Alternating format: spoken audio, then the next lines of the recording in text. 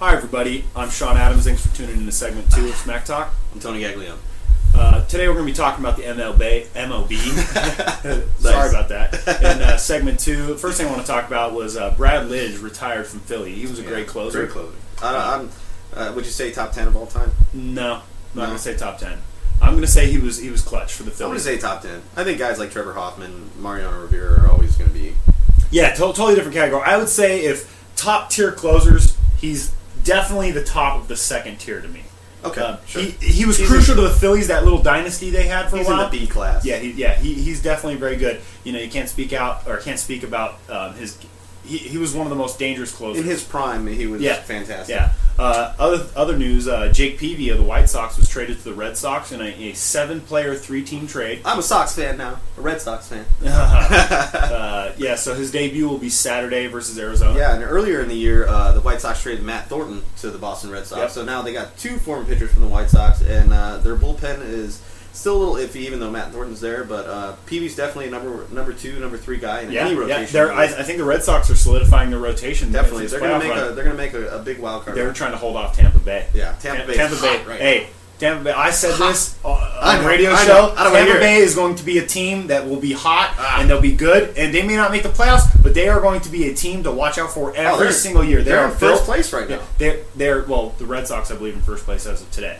Oh, okay. But they're like half a game behind. So Tampa Bay is going to be there, guys. Yeah, trust me. For the next 5 years, Tampa Bay is. And they lost to Upton, and they're still there. Yeah, exactly. They're pitching. This is proof that pitching wins games. Yeah, that's right. Yeah, Matt Moore and David Price. David Price is huge right now. And then Helixson is their number 3 guy. Not too sure. Yeah. Well, Peavy's going to be the number 3 right now, as far as I'm concerned. For the Red Sox. For the Red Sox, yeah. But the Red Sox, they're going to be dangerous. I'm sorry, Yankees, but with the Orioles, Tampa Bay, and the Red Sox, I think both of those teams. I say whoever doesn't win the division, because I'm going to say Tampa Bay wins the division, but the Red Sox and Orioles are taking the wild cards. So Texas, Yankees, I'm putting you guys on notice right now. I'm putting them both on notice. No, I don't say that 3 teams come out of that division.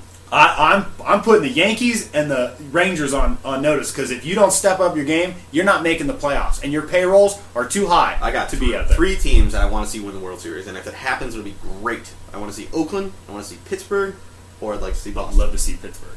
I know you'd like to see Pittsburgh. You're a Pittsburgh fan, but Oakland would be the biggest thing for me. Oh yeah. That would prove that Moneyball's still around. Also, the Royals, they've won 9 straight games. 9 in a row. Back to 500. Ball, Kansas City. They were hot at the beginning of the season. Yeah. They fizzled out. They had a couple injuries. They fizzled out, and now they got their players healthy again, and they won 9 straight. Yeah. I mean, they're not going to do anything. But I think the low point of their it's an up and coming team. Yeah. Oh yeah. I think the low point of their season so far was when they lost to the Astros. They lost three close games to the Astros. Got swept. But I think the Royals, they're not going to win the division. The Tigers are just too strong. But I think the Royals are definitely set for. I'm liking Cleveland. I'm liking Cleveland. Hey, I like any team that Terry Francona manages. If you can drink beer in the dugout, I'm a fan. You know me. They're 2 back, and Jason Kipnis is tearing stuff up right now. Yeah, Kipnis, and plus they have Masterson, their pitcher, and they got Ubaldo Jimenez. Yeah. On the hitting side, they got Asdrubal Cabrera, Nick Swisher, who I love. Nick Swisher, the Swish man. Hey, we're Swisher fans. Yeah, he's got that big knot. That's in a his locker room guy. And he's a veteran now, so the young players listen. That's to him, right, so. exactly. Love Nick Swisher.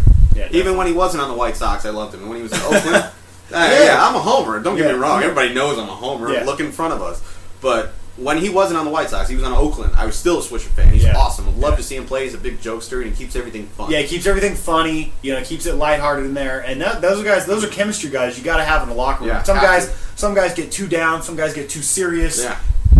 Swisher will come in there. He's a shaving cream pie in the face. Yeah, he's putting icy hot in your jock strap when you're not there. You know what I mean? He's making sure. You're going to think it's funny when it happens, but it's funny afterwards. Exactly.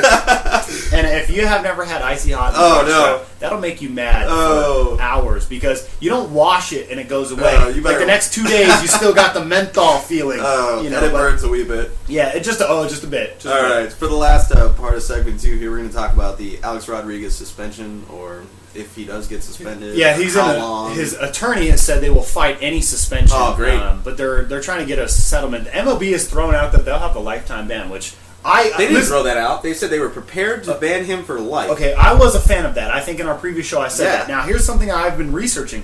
I'm not a fan of the lifetime ban anymore because it allows the Yankees to go after that ridiculous contract they gave this guy. I don't think that teams should be let off the hook for the money they sign these players to because I don't care what anyone says. The teams know these guys are juicing up.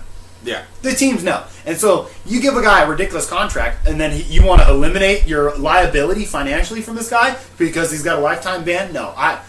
If it doesn't say in his contract, they shouldn't get the money back. But right. If it does, then they get the money back. Okay. How complicated is that? And what the MLB is saying right now is that if he does fight the suspension, which is going to be 1 or 2, maybe 2.5 years, a long time, that if he fights it and he loses it, then he will get banned for life.